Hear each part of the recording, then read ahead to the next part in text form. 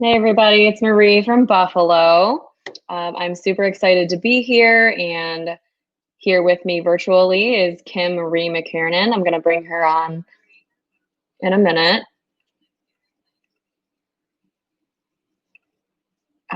Sorry, I had to mute something.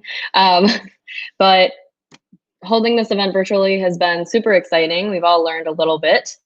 So thank you for tuning in. I'm going to introduce Kim, bring her on here, and let her introduce herself. I've had the ability to know Kim now for a little over a year. We've worked on a lot of projects together, which has been super fun. We actually met through Freelance Business Week last year. So it's really been great. I can't wait for you to meet her if you haven't already. And definitely, make sure to connect with her throughout and after the session. Hi, welcome Hi. everybody. I'm so happy to be here today. So Marie, can we show the slides, please? Absolutely. I'm going to go ahead and Great, hop off, and I will be here if you guys need me. awesome. So we have a lot to cover today, and we get to talk about my favorite topic, which is branding. And I want to give you an opportunity to also start to work on your brand today. So please have a paper and pen handy, because then we're going to have some time set aside for you. Get your beverage of choice. And if you could, please tell me who's in the room. Tell me your name, where you live, and about your business. And share your questions and information in the chat at any time. And most importantly, please connect with me. So we're going to discuss today, does your brand set you apart? So it's a big topic, but we're going to use this opportunity to really talk about differentiating yourself with your brand. So today we're going to discuss why a unique brand is important, a little bit some of the definitions to get you started. And then I'm going to give you 5 ways, specific ways you as a freelancer can use your brand to set you apart. And then we're going to give you some next steps to get you going on developing your own brand. But first, I want to tell you why I am here. And I am so excited to be here because 1 year ago, one of the very first things I did when I started my new business was attend a Freelance Business Week conference. I learned so much, and it has literally helped me make more money, be happier, and be more successful with my business. So I hope I can give a little bit back to each of you as well and help you today to grow your business also through your brand. But I really wanted to tell you my journey as a freelancer because I spent 30 years in the corporate world and I had a lot of experiences there. Some of them were really trying. And in that journey, I got an MBA, and then I had an opportunity to get a second master's degree in creativity. And it opened up a world of experience and a world of tools, which I use every single day, and exposed me to a concept called appreciative inquiry, which then became the foundation of my business. So I left my corporate job a little over a year ago and started my company to make branding available to small businesses and freelancers and individuals. And it has been transformative for me. And one of the things that I find is really important is that I started my business because I believe we have to change the way we work to be more positive, collaborative, and creative. We need to consider both our personal and work lives. We know as freelancers, they're completely intertwined. We have to more closely involve our customers. And today we're going to focus mostly on this idea of being really clear with our brand so that we can connect with our customers. I'm so happy to see all of you in the chat. We've got people from Buffalo and Jacksonville and Detroit and Kansas City, Sarasota, Hollywood, Florida, Miami. Awesome. So thank you all for joining. And I really look forward to getting your comments and getting you started on your brand today. So let's start with what brand is not. And this is important to me because I hear so many misconceptions about brand. Brand is not your logo. It's one piece of your brand. It's not your identity. It's not your name, your product name. And most importantly, it is not owned by you. What do I mean by that? That's a bit of a controversial statement, right? Your brand is in the perception of your customers. I kind of like this quote that really gives you a sense of what I mean, this holistic view of a brand. It's the sum total of how someone perceives a particular organization. Branding is about shaping that perception. So, if the brand is in the perception of our customers, what influences it? Everything, every small experience is in the perception of your brand, every touch point. And that's why I say you don't own it, because your customer is going to experience things even before they meet you. They're going to become aware of you through your website. They're going to interact with you on social media. They're going to see you speaking at conferences such as this, right? So it's a whole range of experiences. Now, the classic brand example is, of course, Apple, and we're all very knowledgeable. But I like to use that because they truly take the care at every single touch point. From before you know them, you go to their website. It's a very similar experience to being in their store. The experience of opening a new product and the beautiful boxes. And everything works as soon as you take it out of a box. All of those touch points create this overall perception. And I also think it's important to think holistically that what differentiates our brand is far more than just what we do. It's really who we are and how we do it, as much as the what. And we're going to go into this in a lot more detail. But it's critical because most of us, when we say, what do you do? I'm a photographer. I'm a coach. I'm a branding expert. We focus only on the what, and that may not differentiate you at all. Instead, it could be that rich history of what you bring to the table. It could be that how you interact and the difference you make in the lives of your customers. So we have to think in a very broad way about your brand today. And I'd like to also talk about how it fits. And one of the reasons I started my business and I focus on helping people with brands is because I think the world of marketing is fundamentally changing. The old ways of, I think, I'm going to use marketing to force you to buy something you don't need, to have a coupon and then make a lot of money. These things don't work anymore.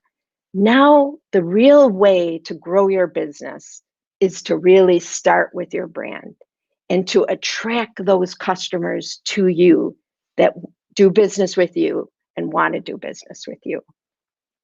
And in this model, everything starts with your customer, that ideal customer you want to work with more. So branding overlaps with marketing fundamentals.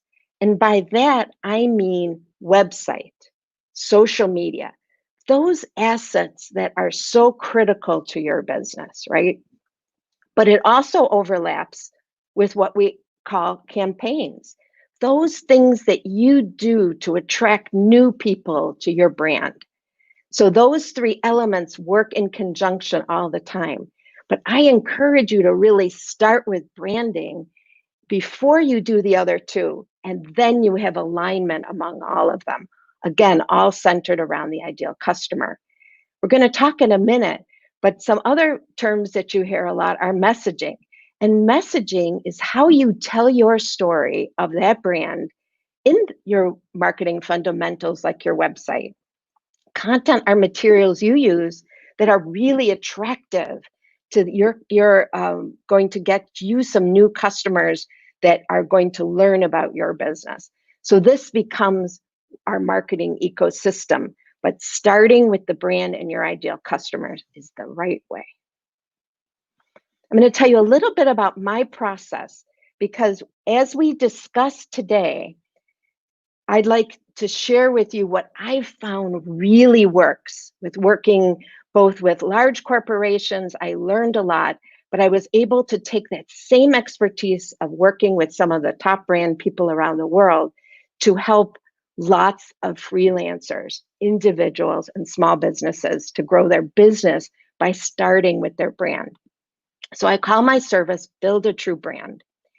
And it's 2 sessions of an hour and a half where we define what is uniquely your brand with a messaging of who, what, and how. And I use creativity skills I learned in my master's degree to kind of tease out of you what those are so they can really be authentic to you. And I also focus very much on who is your ideal customer and make sure that we're building it around who he or she is and what's important. What is their problem to be solved? And I use a technique called appreciative inquiry, which is a strength-based, positive, collaborative approach. And this is different because it's positive. You can invite your customers into the conversation. So I would say about half of my clients have 2 or 3 of their customers sitting in as they develop their brand, and they hear right from them, what do you value? And that is life-changing. When you know really what your customer values, it makes all the difference. The other thing I've found that's also important to you is write it down. So I deliver a brand outcome document, which encapsulates in different levels of detail your brand, every aspect of your brand. And this becomes your North Star. So you can run your business and be authentic to your brand. So we're going to go into a lot more detail at how you can do this for yourself today, starting today. So we're going to discuss 5 ways your brand can set you apart. And we're going to do a couple of exercises. So you're going to need that piece of paper that I mentioned earlier. So number 1, resonate with your customer. So critical. Really knowing your ideal customer and where you want to grow your business is where every good brand starts. And why is it important? I'm going to give you an example from a young woman I worked with who's an estate attorney. She handed me her card. It was so faint, I couldn't even read it. But yet the majority of her customers are senior citizens who may have eyesight issues, right?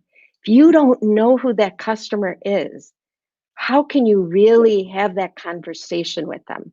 How can you attract them to you? I mean, even something as basic as a business card, you have to consider your customer at the heart of your marketing ecosystem.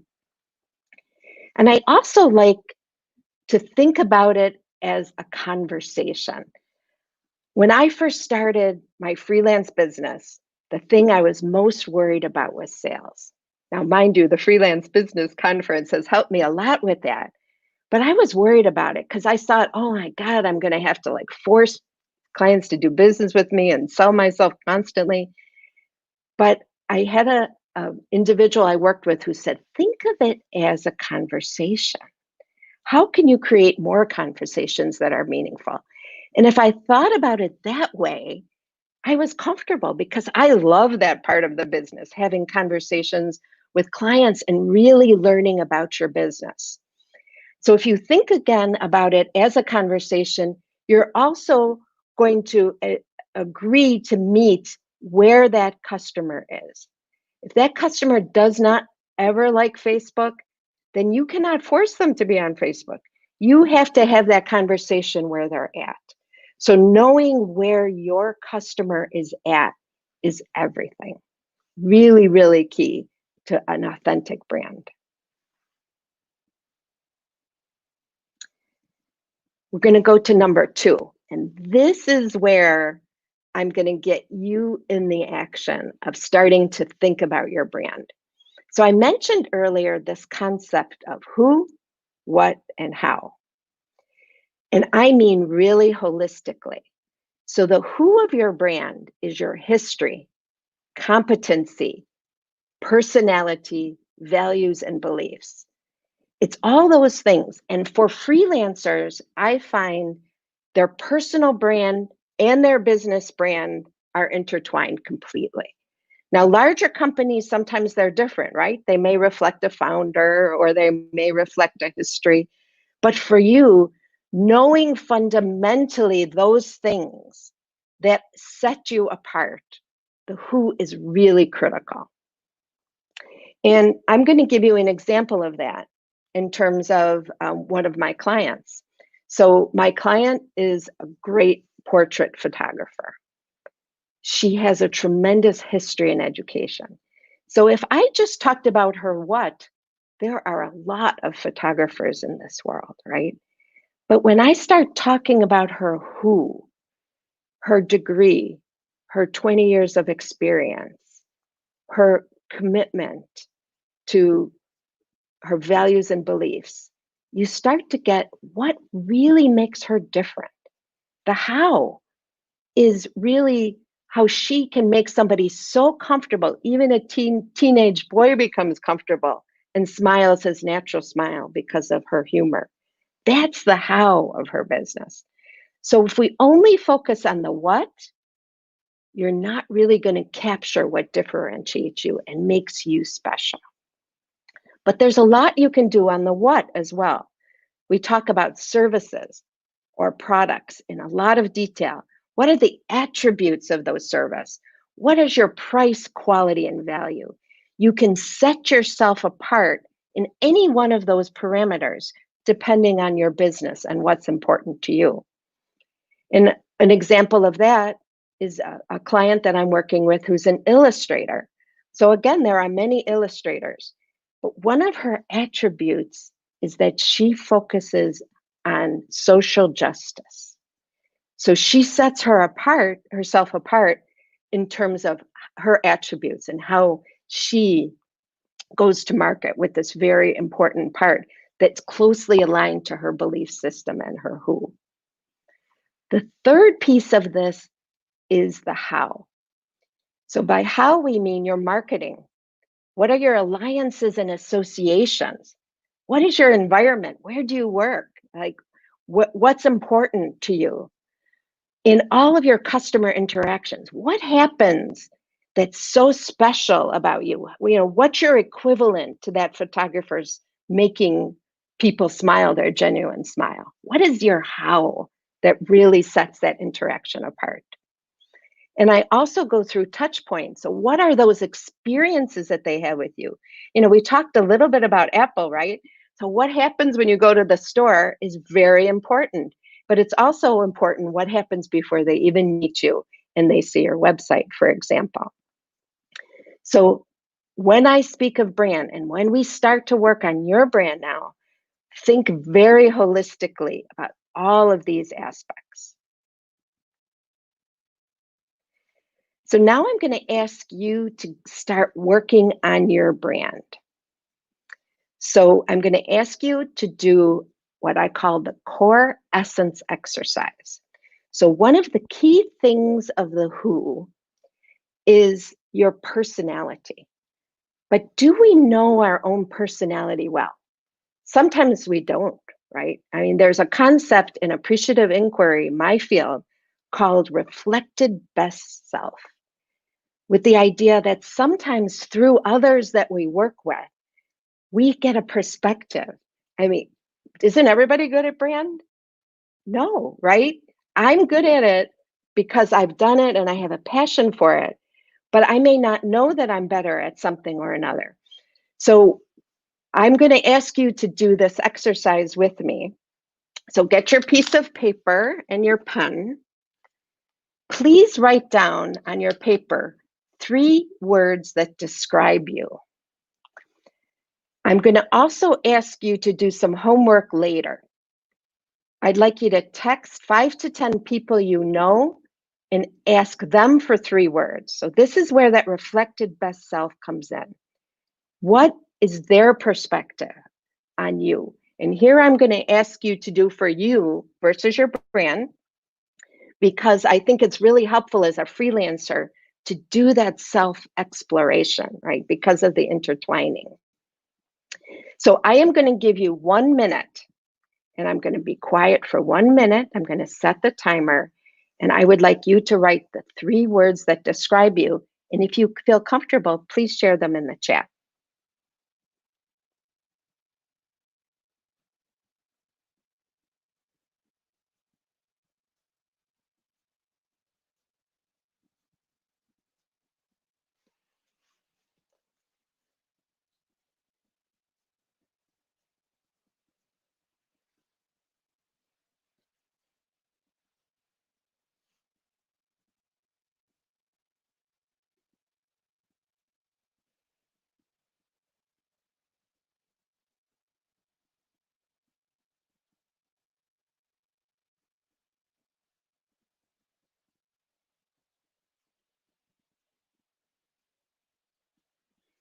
We're starting to get some. Great. If you can, please write them in the chat.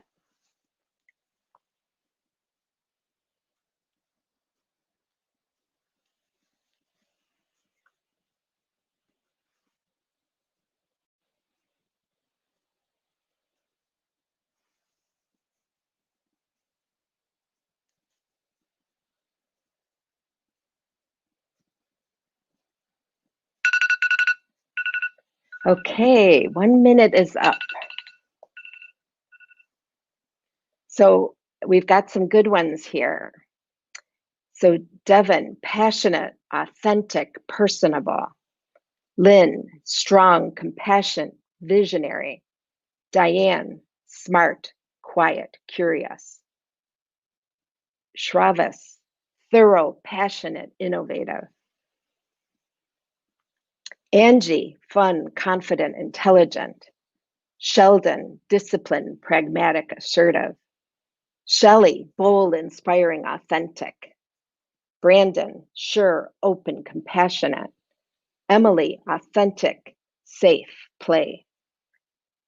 Excellent. You really see diversity here, but it's also fascinating to get the perspective from others on your brand. So I invite you, please do the homework. My clients that do this really enjoy it, and they find some very surprising, insightful opinions that come. Now, I have had, sometimes people like to joke around as well. So select the 5 to 10 people, but let them know that this is a serious effort to work on their brand. So I encourage you to please do this homework. And then once you've assembled all of these words, circle the ones that are most interesting, surprising, or you value the most. Those are the ones that you're going to want to reflect in your brand as the most important elements that set you apart. So thank you for playing with me and taking the first step to developing your brand there. The next topic is act to match your values. And this could not be a more important time for this discussion and for thinking about this. Some of you may be familiar with Know the Why of Your Business with Simon Sinek and how important the why is. And actually, I heard this morning yesterday, Terry also mentioned this, that this idea, and it's this really important in marketing, is that customers will resonate with you often because of the why of your business.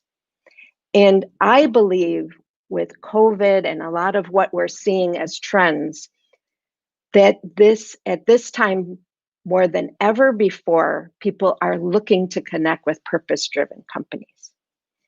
I consider myself a purpose-driven company and a conscious company. I'm part of an organization called ShiftCo, which is for conscious companies. So I've made that commitment to really looking at this part of my business. But every single one of the companies that I work with, we spend time discussing their values and beliefs. And I'm going to give you an example of some of my clients. So I work with a very impressive artist, paper artist, and her commitment is to sustainability. Everything from having solar panels on the roof of her workshop to having recyclable packaging. This is what she's about, and it comes through in her brand. I have another client who is very passionate about being very open and honest and lifting up others in her community. And also this belief that everyone she photos, every single person is beautiful. That comes out in her brand as her values, right?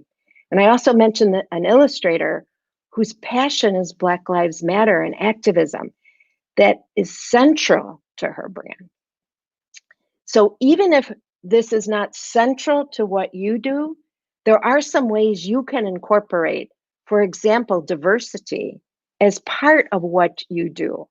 And one of the ways is by making sure that you have advisors and helpful people in your life that are diverse, that are going to give you the perspective of others as you make your decisions. And also being very open and creating an environment that's welcoming to all customers, that's welcoming to diverse customers. So one of the things I like to talk about is how you use imagery with your brand. I can remember when I started my business, one of the ads that I remember the most was one of a bank. And it showed a boardroom of 12 white faces, white males in leather chairs sitting around a board table. And the tagline at the top was, "Some things never change." So what did I think when I saw that? I'm like, oh my God, I'm not there. This company is not open to me. The imagery is saying excluding me, right? And the words, I'm sure that's not what they meant, but that's what happened. So if you're not paying attention to your visuals, I've had attorneys, women-owned businesses who are attorneys, where only pictures of men were on their website, right? And I had a client who did makeup that was for older women and only had young faces on all of her social media. So think about the images you're using and what message they're giving. And I'm going to ask you to do a little work now, the second piece of your brand. And again, take your piece of paper. You did such a good job on the first one. So on this piece of paper, please list the values and beliefs of your brand. And again, if you could, please share them in the chat. We'd love to hear where you're at in terms of your values and beliefs. And again, I'm going to give you 1 minute with some quiet time to start working on your brand a little bit here.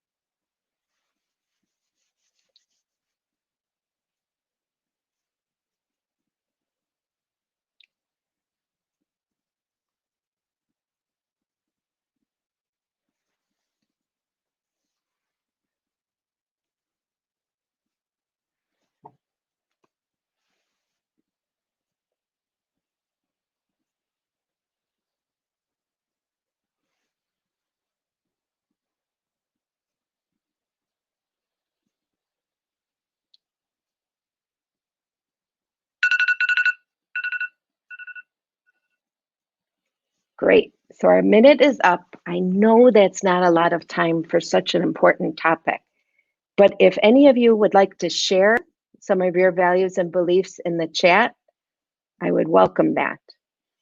I mean, for me, I spend a lot of time thinking about this with my own brand, and it was seminal to really developing what sets me apart. And one example I can give is I felt that in the field of marketing and branding, sometimes there was so much jargon that we left people out, that they felt it turned them off marketing, it made them uncomfortable, it forced them. So one of the elements of my values and belief was I'm going to use regular language that anybody can understand.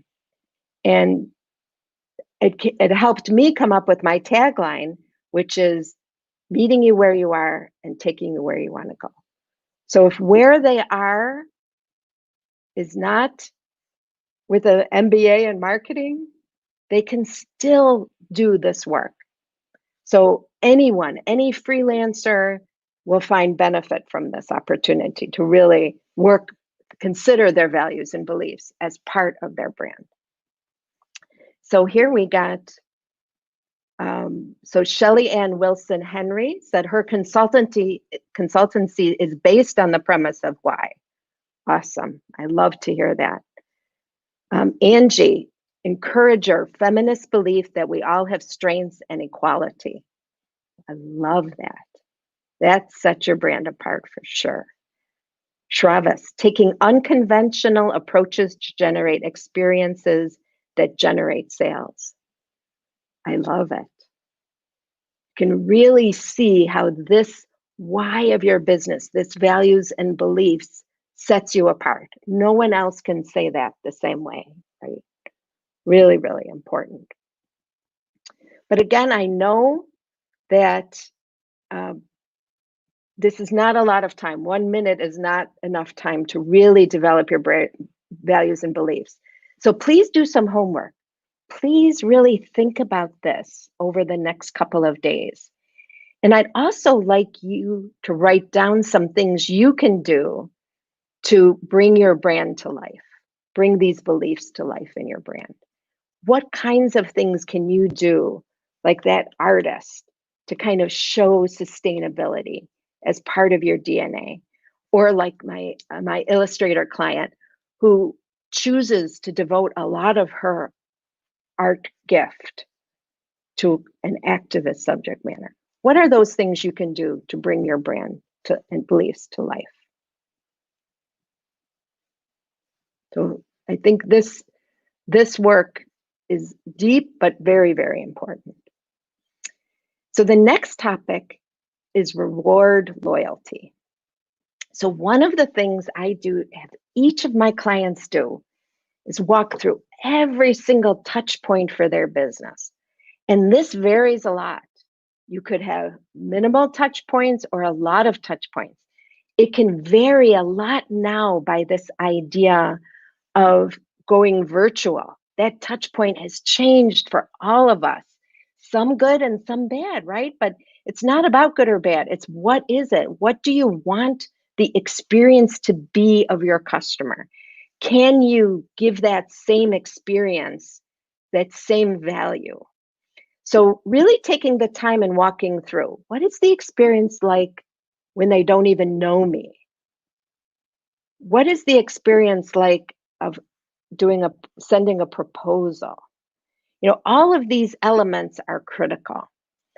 But the one that I find that most of my clients do not think enough about is the loyalty point.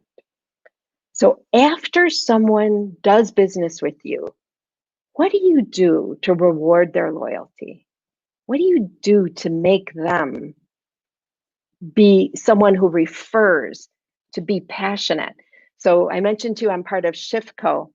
The founder of that likes to call it, how do you create fans and fanatics?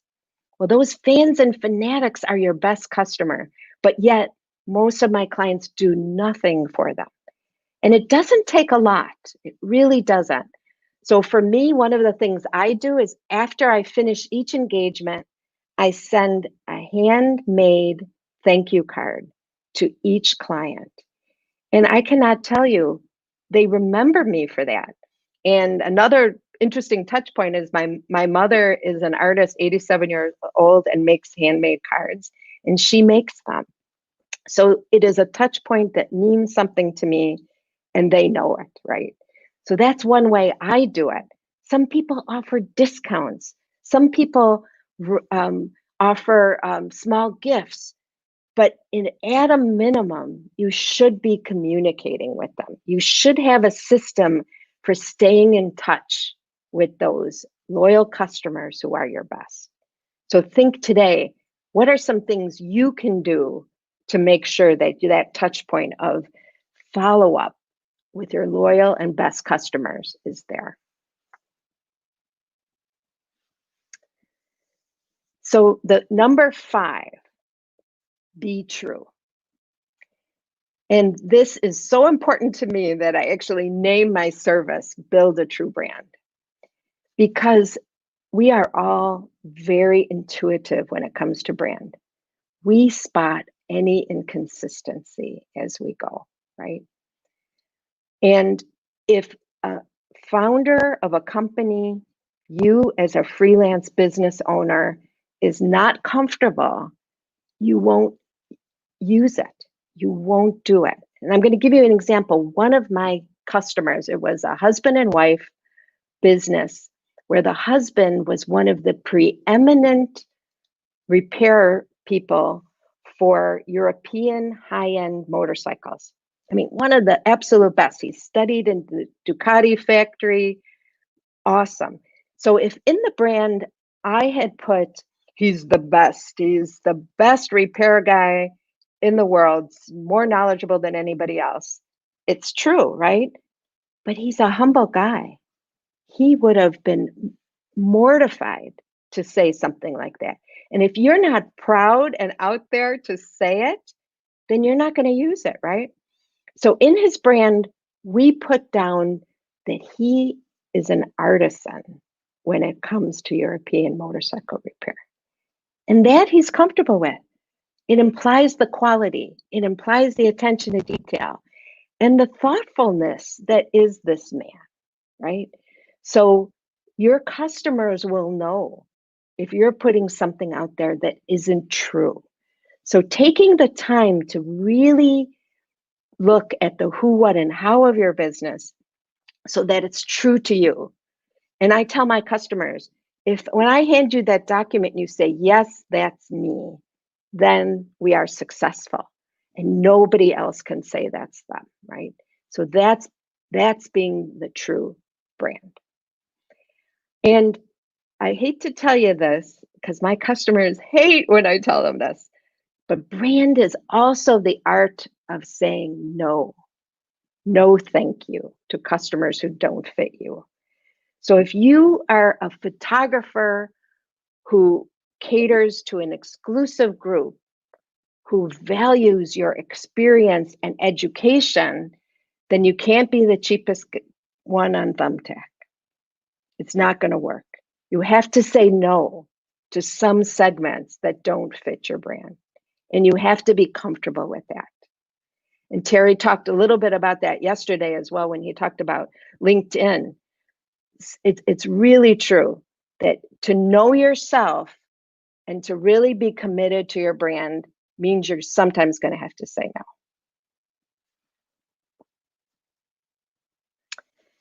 So we started you on a path today to start working a little bit on this holistic brand, the who, what, and how of your brand. And I've put together a tool which I hope will be helpful for you as a next step.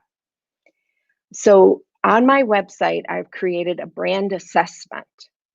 10 questions, doesn't take long for you to fill out, but will give you a sense of where you are in your brand journey and where some of the work you want to do. We know you're all very busy. I am busy too. Putting that piece of the business together, in addition to all the other things we do, is very valuable and will help in all aspects of your business. So this is a first step, which I hope will be beneficial to you. And I'm also giving you another piece of homework. And this is one that is the most enlightening to the customers that I work with. Ask 3 of your customers, what do they value most about your brand? I'm currently working with an awesome massage therapist, and she's been doing this. She said, oh my God, it's so enlightening. And people are delighted to tell you. And it is often surprising. Right? There's a lot of research that says even if you're a large company and you invite your customers in to say what they value, your employees will believe that more than anything a CEO says, right? And it's the same for you. Hearing it directly from your customers can actually be life-changing and change the direction of the brand for people that I'm working with by actually hearing that valuable wisdom on what they value. So I know that we got some questions in as we go. So I'd like to know what sparked your curiosity in what we talked about today. What are some questions you have about your own brand that I can help you with? And I'm going to share some great comments here. Diane Faulkner said, everyone has a story to tell. I can help tease it out. Jargon is lazy. Nice. Emily, I love surprising members of my community with a gift. I've learned to have fun with this piece. Awesome. And Shreva said, pre-COVID, the best reward for our people was a yearly party. Right. So now maybe we can't do that, but there's still some ways that we can stay top of mind and give them that little surprise, like Emily mentioned, right? Do we have any questions? I love the point about branding being the art of saying no to customers that don't fit. Yeah. It's hard to accept sometimes, especially when we're just starting out, that we can't even imagine saying no to customers. But I can tell you, it can be one of the most important things you do, because where you put your focus is where you're going to grow your business. Great. Great comments in the chat. I love it.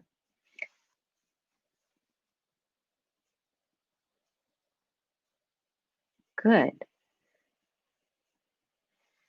So I'm going to wrap up with a quote that I really like, that I think is so relevant to freelancers, and myself included. Your brand is a gateway to your true work. When you create a compelling brand, you attract people who want the promise of your brand, which you deliver. And I have found this to be the case for me, that my brand has helped me in my personal and professional life to get more enjoyment by focusing on those things I love, by being really open with my belief system, with who I am, and the benefits that that can give to a customer. So we have some great comments here. I agree with Devin about saying no to customers that don't fit. Would you agree that saying no may extend to vendors who don't fit? Absolutely. I think that's a really insightful point. So thank you, Lisa. In most of our businesses as a freelancer, our vendors are key partners, right? And they can reflect our brand as much as we do because they provide an experience, right? So I think looking at both is critical and equally important. So thanks for bringing that up. Very, very, very true. Any other questions? Marie, did I miss any questions in the chat?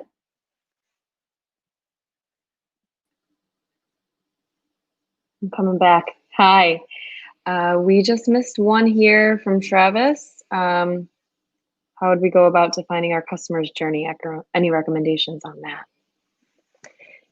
Absolutely. So a customer journey is really a critical part of marketing, especially for campaigns, to understanding how they find us. And I find that really knowing your ideal customer and understanding their journey can go a long way. So if you truly understand their journey and the touch points, it can help you walk through. And I even say sometimes to actually, there is a term persona. I try not to use, again, the marketing jargon, but give them a name and think about, well, how do they reach me? Are they a social media person? Are they a website? At what point do they come to my website? So your numbers will also tell you that, so your experience in actually working through customers on their journey and really looking at the funnel. So saying the first step before they don't know me at all, how do they find me? That's your first step. Then the next step, there's some interest. They know who I am. Then the next step is there's some sort of purchase. And then there's a loyalty phase, right? So that funnel can become your journey if you can understand how that's interacting with your customers. Did I answer your question? Good. I think that's great. No. Yeah, it's challenging because remember, we're looking at an ideal customer, so we're trying to group them in a segment. So it can vary a little bit individual to individual. But again, if you really know your ideal customer, it works very, very well. Awesome. Kim, you did such a great job. Thank you. Great. Thank you. And I was just going to say, I encourage everybody to connect with me. If you would like the slide deck, please send me an email. I do a monthly insight on branding, marketing, and creativity and creative problem solving. So please connect with me for that and take that brand assessment because I think it will help you go to the next step. That was wonderful and perfectly on time. Thank you so much, Kim. This was great. We got to all of your questions. Let me see, make sure I didn't miss anything. Got a couple extra nice comments in here. Thank you, I got to throw this one up. Jan. Thank you all for being so interactive. It's really, really great. We love to see that. And we're going to gift you back a few more minutes of your time today. We're going to go ahead and wrap up. Again, if you want to extend this conversation, please reach out to Kim via her contact information. Of course, you're always welcome to reach out to me as well. And thank you all. Thanks so much. I'm really, really glad. This was our first Buffalo speaker for the lineup this week. We've got a lot more coming your way, and we're excited. We're always excited. So, look at this. I'm so proud to be part of this community. So thank you all. I wouldn't know Kim if it weren't for Freelance Business Week, and I wouldn't have Freelance Business Week if it weren't for Emily Leach. So always a huge shout out to her. Yes.